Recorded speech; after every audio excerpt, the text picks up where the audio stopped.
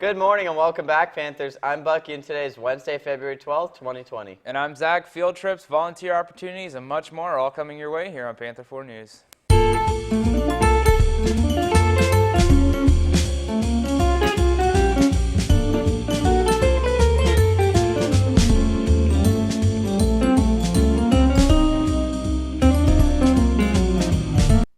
Are you having trouble deciding a career that you want to pursue in the future? The Lee County Foundation College and Career Center will be holding a career panel on Tuesday, February 25th at Ida Baker High School from 6 to 8 p.m. There's a National Art Honor Society meeting tomorrow until 2:30 p.m. in Ms. Cotton's room. Members bring money to pay your NAHS fees and your positive board finished.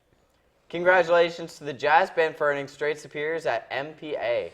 This Saturday, the Cypress Lake Marching Band and JROTC will be participating in the Edison Grand Parade. If you're going, make sure to keep an eye out for them. And also, Sammy Watkins, a Fort Myers native and part of the 2020 Super Bowl championship team, will be there as well. Are you taking chemistry and need a little bit of help? Let's take a minute to hear from Miss Blair about chemistry tutoring. I teach honors chemistry and AP chemistry.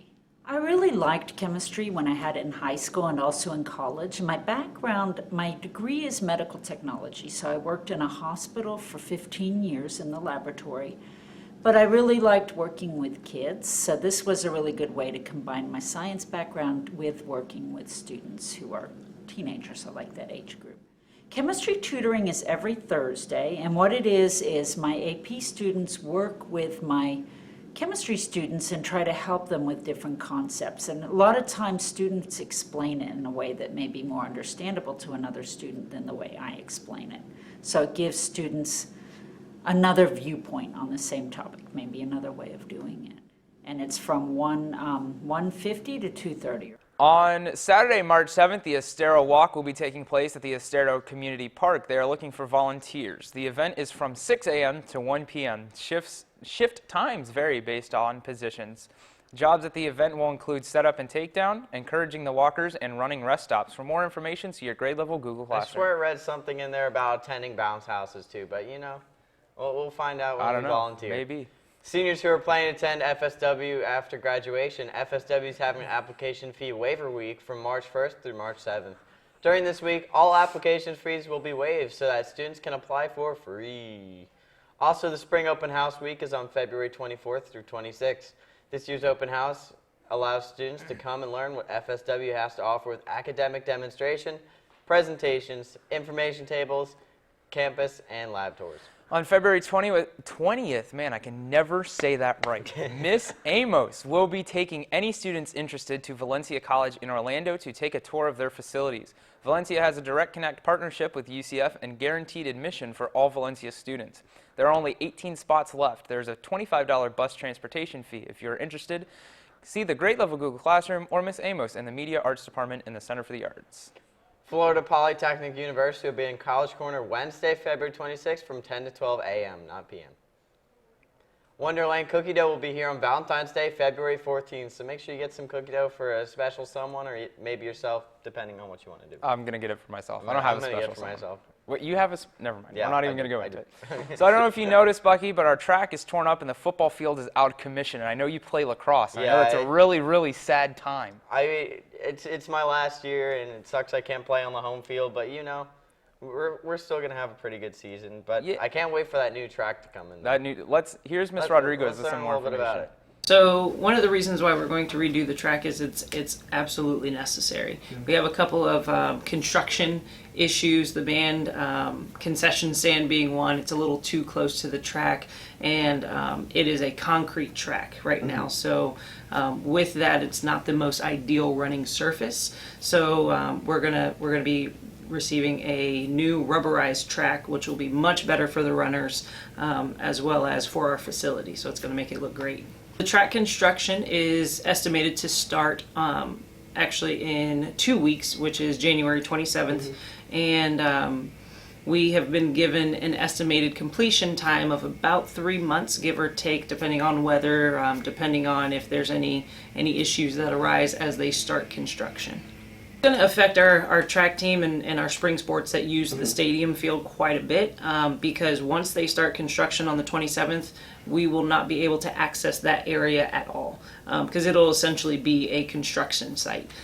So we're going to have to move practices, and right now we're in the mix of coordinating with Parks and Rec and trying to use other facilities in the meantime. So we'll have to be road warriors this year for a lot of our spring sports, and lacrosse will be affected as well as track and field.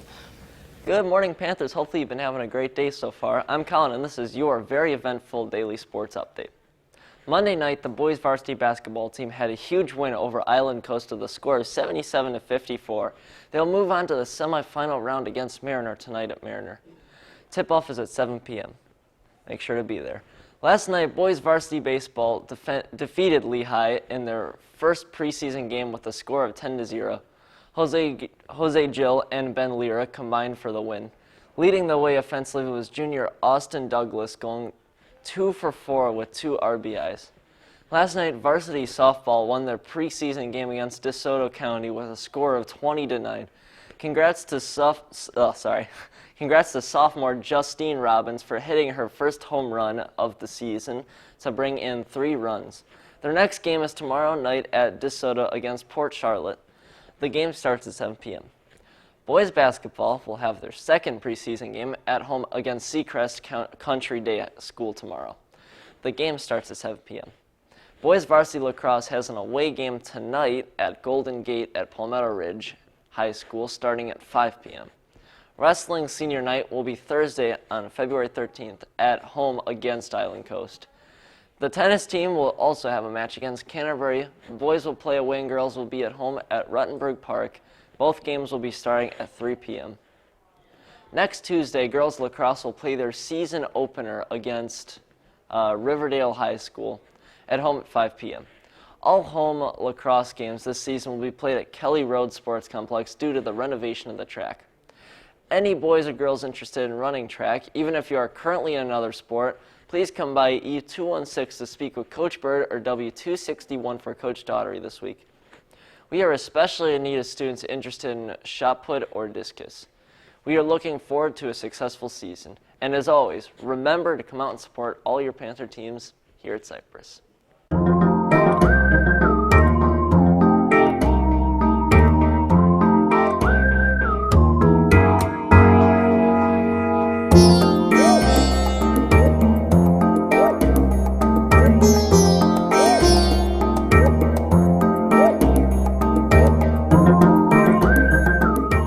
Sometimes you really just sweep me off my feet.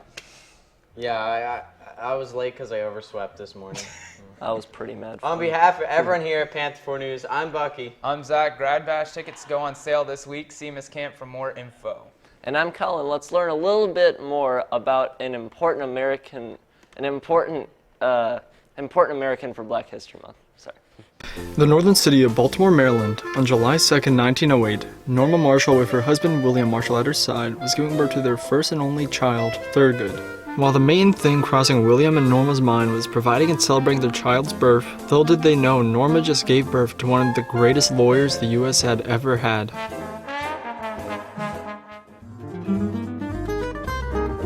After leaving middle school, Marshall attended Baltimore's Colored High and Training School, where he was an above-average student and put his finely honed skills of argument to use as a star member of the debate team. Although the teenage Marshall was also something of a mischievous troublemaker, this would serve him well, as one of the punishments for one of his pranks was memorizing the United States Constitution, which Marshall later called his greatest accomplishment in high school. After graduating from high school in 1926, Marshall attended Lincoln University, a historically black college in Pennsylvania. Then, after graduating from Lincoln with honors in 1930, Marshall applied to the University of Maryland Law School. Despite being overqualified academically, Marshall was rejected because of his race. The first-hand experience with discrimination in education made a lasting impression on Marshall and helped determine the future course of his career. Instead of Maryland, Marshall attended law school in Washington, D.C. at Howard University and then graduated magna cum laude.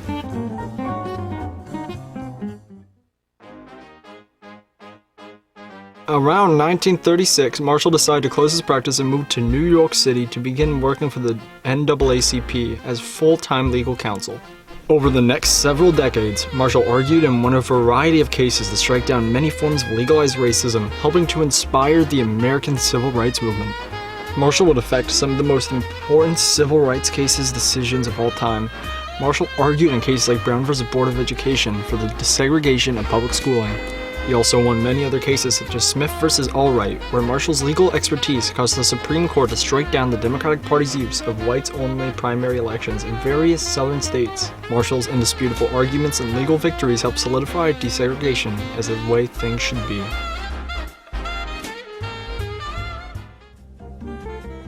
In 1961, newly elected President John F. Kennedy appointed Marshall as a judge for the U.S. Second Circuit Court of Appeals. Serving as a circuit court judge over the next 4 years, Marshall issued more than 100 decisions, none of which were overturned by the Supreme Court. In 1965, Kennedy's successor, Lyndon B. Johnson, appointed Marshall to serve as the first black U.S. Solicitor General, the attorney designated to argue on behalf of the federal government before the Supreme Court. During his first 2 years as Solicitor General, Marshall won 14 of the 19 cases that he argued before the Supreme Court. In 1967, President Johnson nominated Marshall to serve on the bench before which he had successfully argued so many times before the United States Supreme Court. On October 2, 1967, Marshall was sworn in as a Supreme Court Justice, becoming the first African American to serve on the nation's highest court. Throughout Marshall's 24-year tenure on the court, Republican presidents appointed 8 consecutive justices, and Marshall gradually became an isolated liberal member of an increasingly conservative court. For the latter part of his time on the bench, Marshall was largely relegated to issuing strongly worded dissents. Marshall retired from the Supreme Court in 1991. Justice Clarence Thomas replaced him.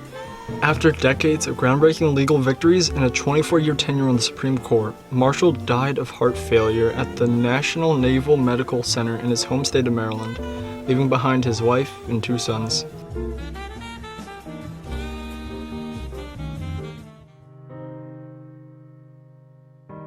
Marshall's strategy of attacking racial inequality through the courts represented a third way of pursuing racial equality, more pragmatic than King's soaring rhetoric and less radical than Malcolm X's strident separatism. In the aftermath of Marshall's death, an obituary read, "We make movies about Malcolm X.